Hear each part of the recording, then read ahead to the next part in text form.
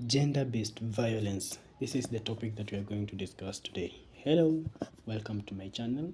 Let's continue. And if you have not shared, please share this YouTube channel too so that we can get this information to many people. Like, subscribe, and comment. So, the topic, as I've said, is gender-based violence. Earlier, definition of gender-based violence, it focused primarily on physical acts such as beating. Now, it is widely recognized that gender-based violence includes material deprivation, economic exploitation, emotional and sexual abuse, including marital rape and even pornography. Gender-based violence, in short we abbreviate it as GBV, is often used to represent any act or threat by men or male-dominated institutions that inflicts physical, sexual, or psychological harm on a woman or a girl because of their gender or vice versa. Also, it is called violence against women, VAW. GBV, gender-based violence, has been called the most pervasive yet least recognized human rights abuse in the world. Expanded the definition to include violations of the right of women in institutions of armed conflicts, including systematic rape, we have sexual slavery and forced pregnancy, forced sterilization, forced abortion, and we have something that is called coerced or forced use of contraceptive, premarital sex selection, and female infanticide. This is like the expanded the definition to include this. That is it. So again, it further recognized the particular vulnerabilities of women belonging in minorities, the elderly, and the disabled, indigenous, refugees, and migrant communities, women living in impoverished rural and remote areas, or in the detention. When we talk about impoverished or remote areas, these are people that they stay in a very local place.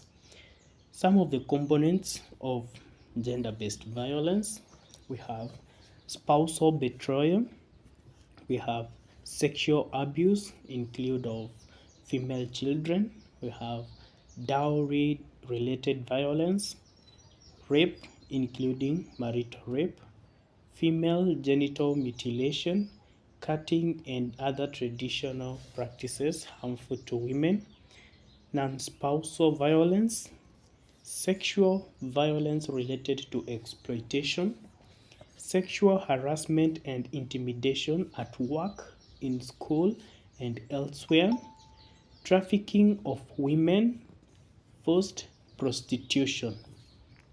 Those are some of the components of gender-based violence. Gender-based violence versus violence against women.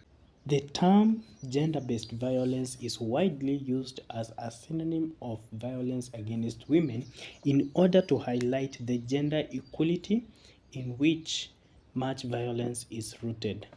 However, gender-based violence applies to women and men, girls and boys, while VAW focuses on women only because they are overwhelmingly affected.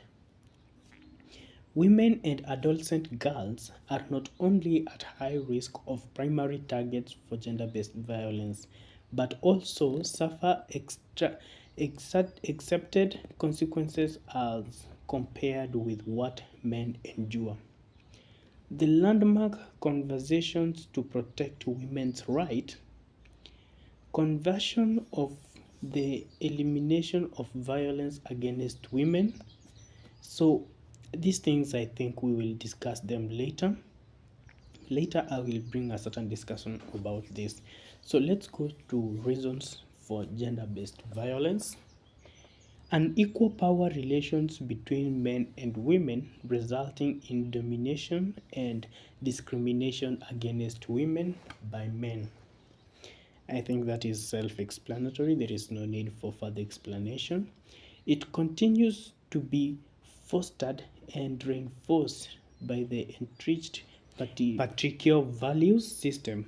The perpetration of traditions that identify women as inferior to men, prevalent illiteracy, poverty, and low status of women in the society. Some aspects of the statutory, customary, and religious provisions make women vulnerable to violence. Types of gender-based violence. Gender-based violence can be categorized into four major groups. We have physical, beating, hits, slaps, push, punches, throwing of objects as like acid, that is. And then we have sexual, that is harassment at work or school, attempt to rape, and rape. We have physiological, this is intimidation, relegation, we have abuse and curses, anxiety and depression. We have economic, exploitation, cheat and underpay. We have confiscate goods, close businesses, denial of right to own property and land, to inheritance, that is now denial of right to own property and land, to inheritance, to equal access to microcredit facilities, to be fully employed, and to receive equal remuneration for work equal in value of men's work. Other types of gender-based violence, we have cultural promoted, forced or early marriage, female genital mutilation or cutting, that is FGM, dowry-related violence, and forced labor. Trafficking in women, female infanticide, incest, and pornography. And types of violence at different phases of life, we have prenatal.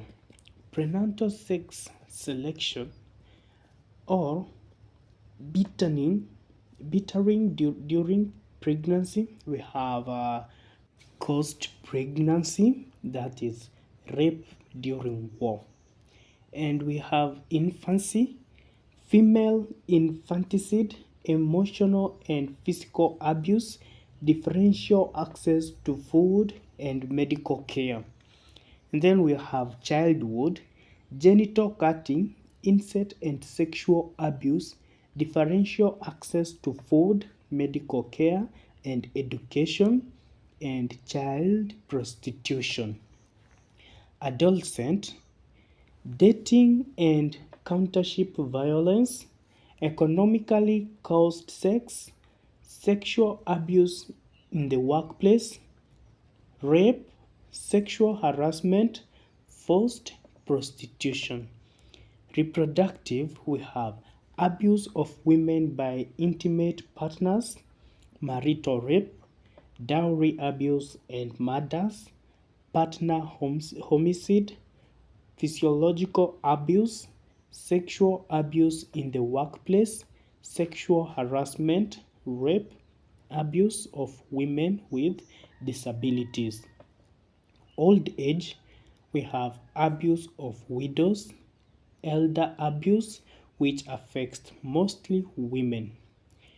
And when we talk about some of the sites of gender-based violence, we have family, community or society, state level. Some state legislate power inequality through failure to act or deliberate designs to promote inequality.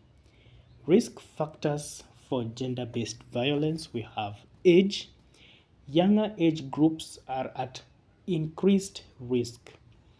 And sex, this is the second risk factor for gender-based violence. Sex, boys are more likely than girls to engage in violent behavior, while girls and women are the major recipients of gender based violence. We have female education. Female education confers greater risk of gender based violence because of non-acceptance of traditional norms up to a certain level, after which it confers protection. The theory is supported by evidence from a World Health Organization multi-country study which found that the protective effect of education started only when women's education progressed beyond secondary school. We have religion. Religious beliefs is inversely related to violence participation. However, among Ethiopian Protestants, religious affiliation is known to be a risk factor for gender based violence. We have negative life events. The experience of negative life events, ranging from academic or business failure, job loss, or parental divorce, appear to be factor gender based violence in adolescent. Harmful alcohol use and substance use. Substance use increases the risk of gender based violence. When you take a lot of these alcohol or substances, your mind becomes unconscious and you may end up being raped, injured, or being punched. So, harmful alcohol use of substances can increase gender based violence. Children who witness adverse childhood abuse or parental violence are likely to be perpetrators and also more likely to experience gender based violence. Physiological distress and antisocial behavior. Studies have found associations between psychological distress, depre- depressive symptoms, and gender based violence. Acceptance of gender based violence increases the risk of gender based violence and its perpetration. Relationship level determinants of gender based violence. This is another subtopic. Relationship level determinants of gender based violence. Multiple sexual partners, when you have more than one partner for sex, that is. Low parental education, income, and support, that is. We have commercial transaction sex, transactional sex, like when you pay for you to enjoy sex. Partners in same-sex relationship, yeah. And community level determinants. This is now the determinants of gender-based violence that I'm telling you.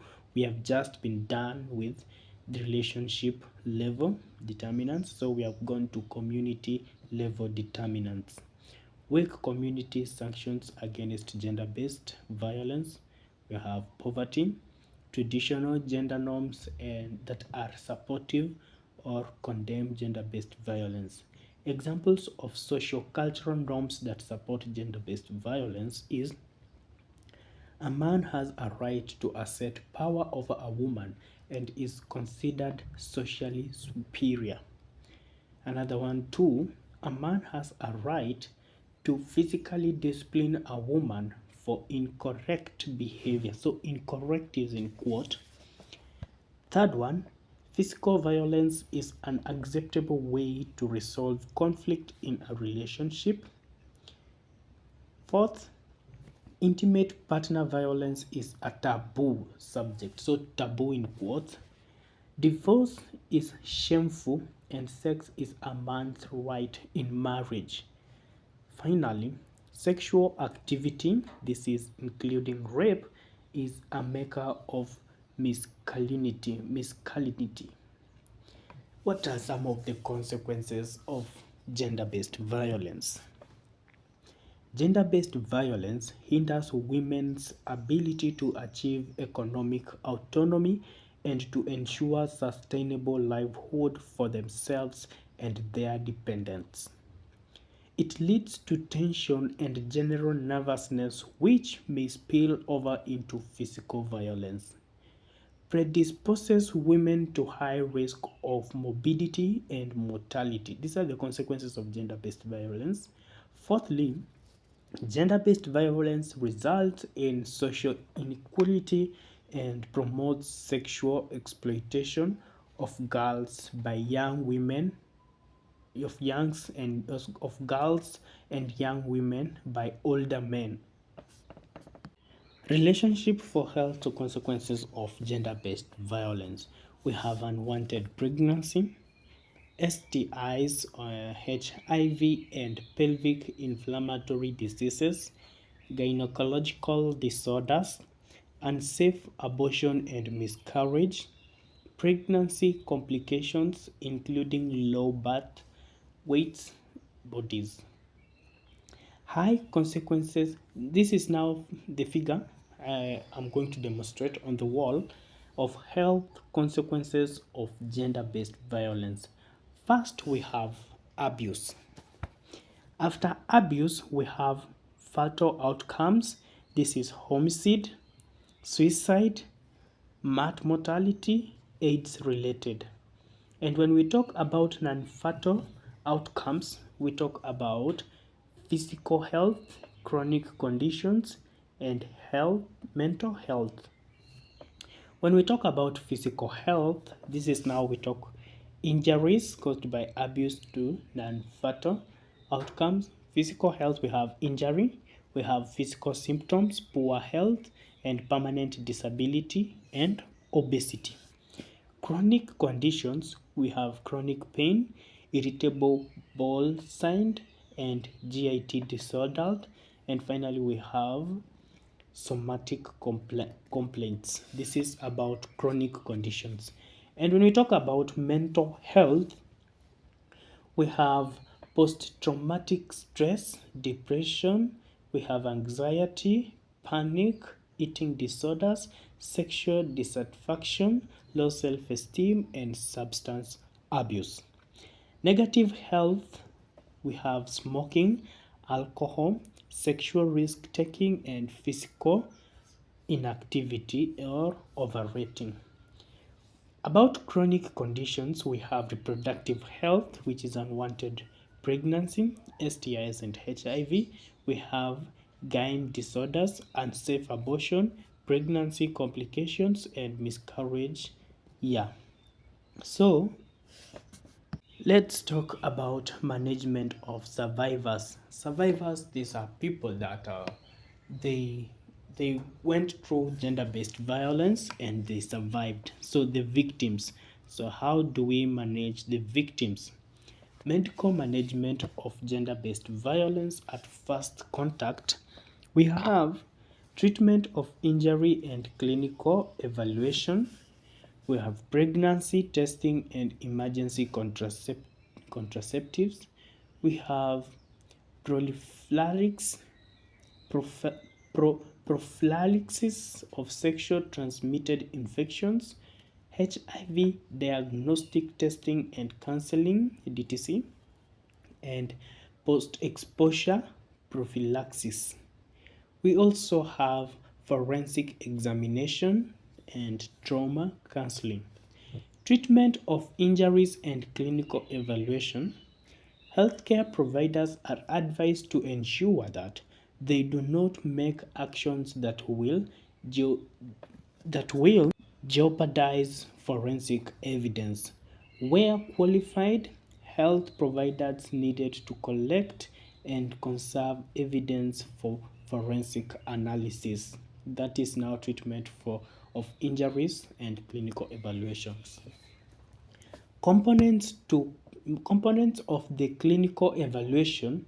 This is forensic examination, specimen collected, analysis and documentation should act as a vital link between healthcare and the judicial system. Examination of gender-based violence victims.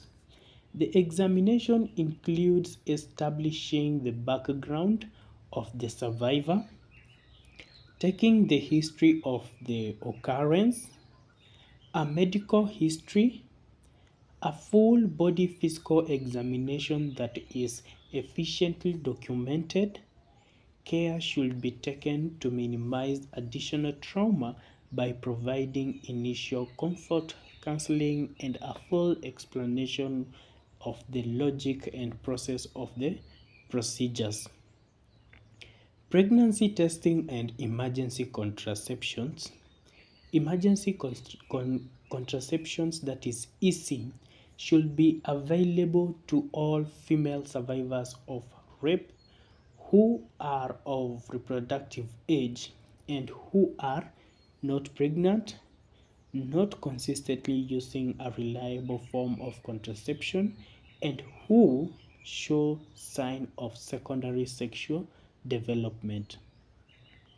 A pregnancy test is describable but not required prior to administering EC.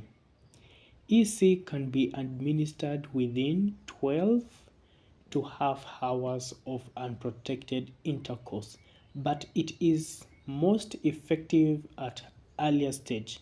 So prevention is a priority along with HIV prophylaxis. The most common regimes of EC, I told you EC is emergency contraceptives. They include levonorgestrel, that is mini pill, and combined oral contraceptive pills. Prophylaxis against sexual transmitted infections. World Health Organization recommends that patients be tested for chlamydia, gonorrhea, trichomoniasis, syphilis, and hepatitis B, although this may vary according to the local environments and protocols.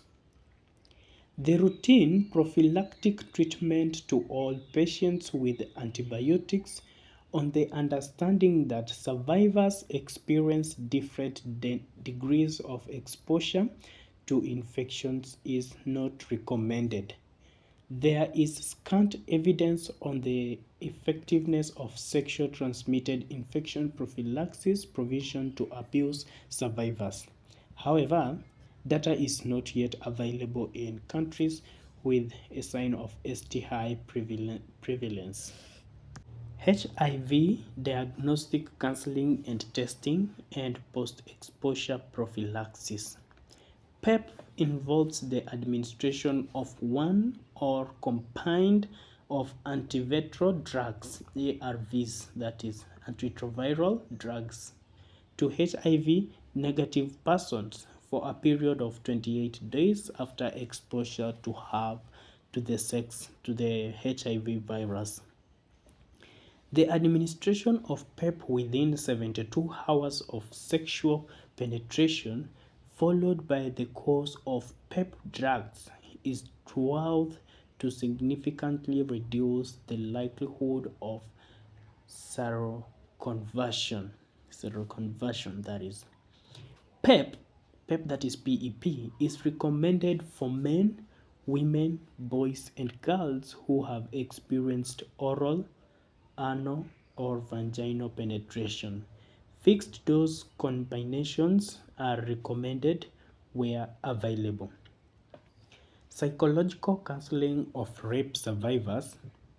Counseling has been identified as a key for speeding the recovery process that is often individualized and may last many years. Counseling in the context includes trauma prevention, HIV pre and post test counseling, and PEP adherence counseling, as the side effect of PEP may be difficult to distinguish from those of rape trauma. There is need for counseling to prepare survivors for the justice system, while enabling access to legal counsel and aid increase the likelihood that a survivor will complete the legal process. The need for counseling is not necessarily limited to the survivor. The family and or partners also undergo trauma and may require support. Referral linkage and medical legal service. Intersectoral collaborations is a key determinant of the quality of comprehensive post-abuse services. The sorry, the scarcity of referral linkages also act as a barrier to receiving appropriate care and support. Confusion over protocol and procedures causes delays and often unnecessary expense and trauma to survivors. The 72-hour window of opportunity for forensic examination and medical management signifies the importance of quick and efficient referral. Prevention of gender-based violence. Here I'm going to tell you how you can prevent GBV. Sorry. Primary prevention approaches that aim to prevent violence before it occurs. And then we have secondary preventions. This is the approach that occurs or that focuses on the more immediate responses to violence, such as pre-hospital care, emergency services, or treatment for sexual transmitted infections following a rape. We have tertiary prevention, approaches that focus on long-term care in the wake of violence, such as rehabilitation or reintegration, and attempt to lessen trauma or reduce long-term disability associated with the violence. So let's start with primary prevention of gender-based violence. This is the strategy now. During infancy, childhood, and early adolescence, home visitation programs to provide child maltreatment, parent education to prevent child maltreatment, and then improve maternal mental health,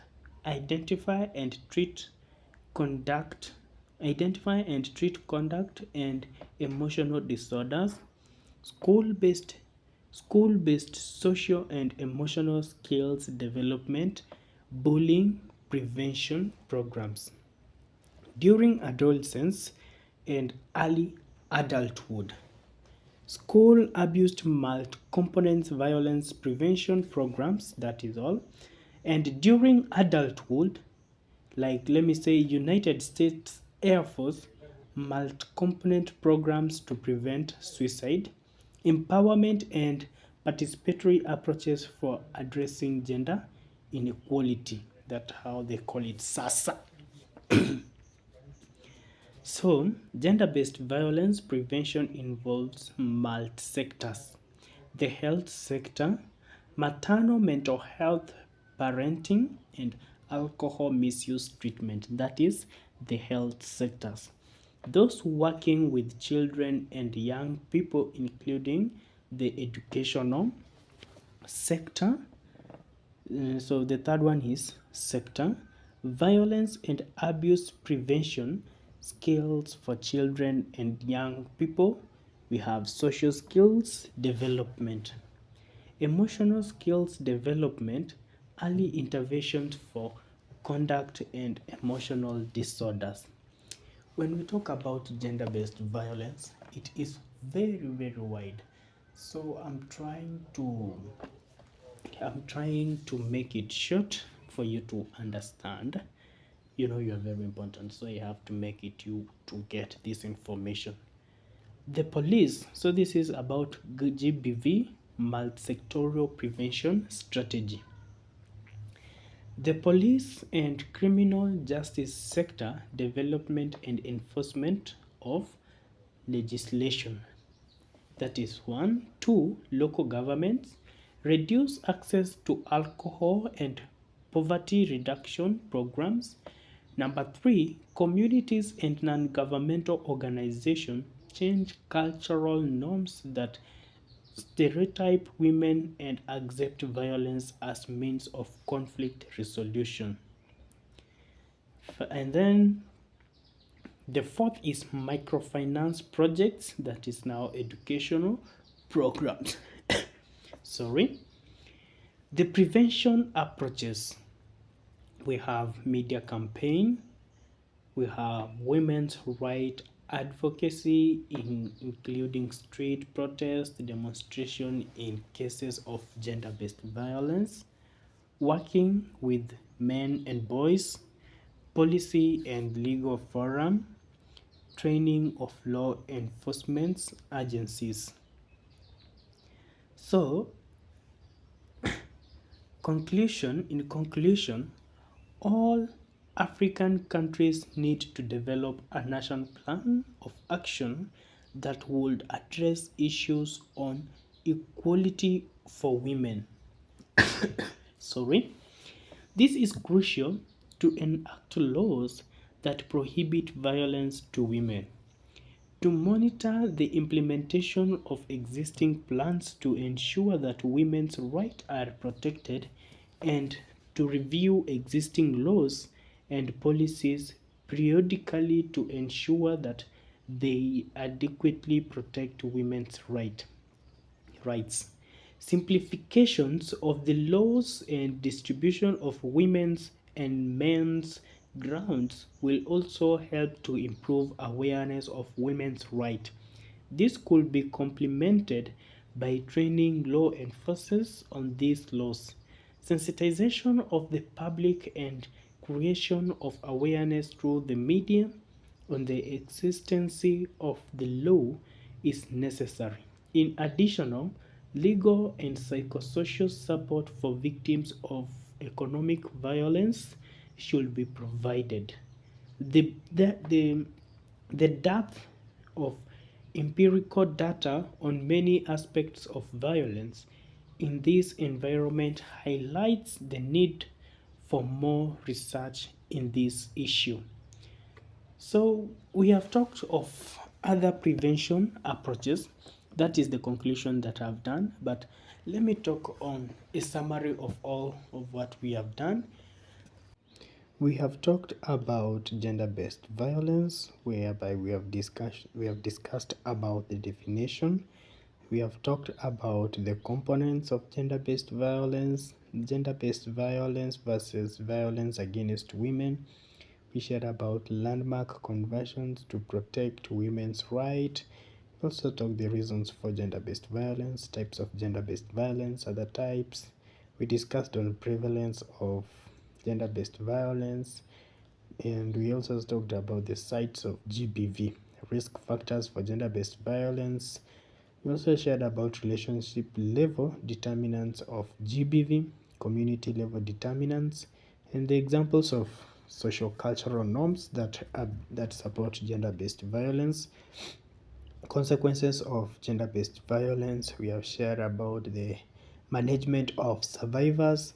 So we have talked about treatment of injuries and clinical evaluation, examination of gender-based violence, victims, pregnancy testing, and emergency contraceptions. We have talked about prophylaxis against sexually transmitted infections. We have also shared about physiological counseling of rape survivors and prevention of gender-based violence. We talk about primary, secondary, and tertiary. We also shared on multi-sectoral prevention strategies and other prevention approaches. So that's all about today. The topic that I've discussed today about gender-based violence is very important because in case we notice such a things that have happened, we may need to do a social mobilization for this to advocate for it. Yeah. So I want to educate you or to teach you on social mobilization. So social mobilization, it refers to the process of organizing people in the same community for a specific purpose.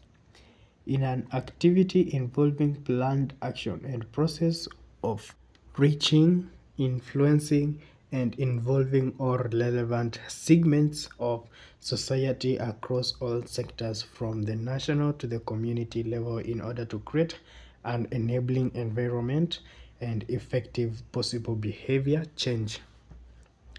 It is a process that makes things happen and guides people towards achievement of the common goal. When you want to do social mobilization, there are some steps that you need to follow. These steps, they are 9, and I'm going just to name them. We will explain them in the next discussion. We have social, we have situational analysis, plan work stakeholders, review previous social mobilization campaigns, identify realistic and measurable behavior, identify communication objectives to address the behavior, develop messages, set out a social mobilization plan with stakeholders with clear coordination mechanism, implement and blend of community interviews, community interventions, and then you monitor and evaluate results. The approaches to social mobilization, we have political mobilization.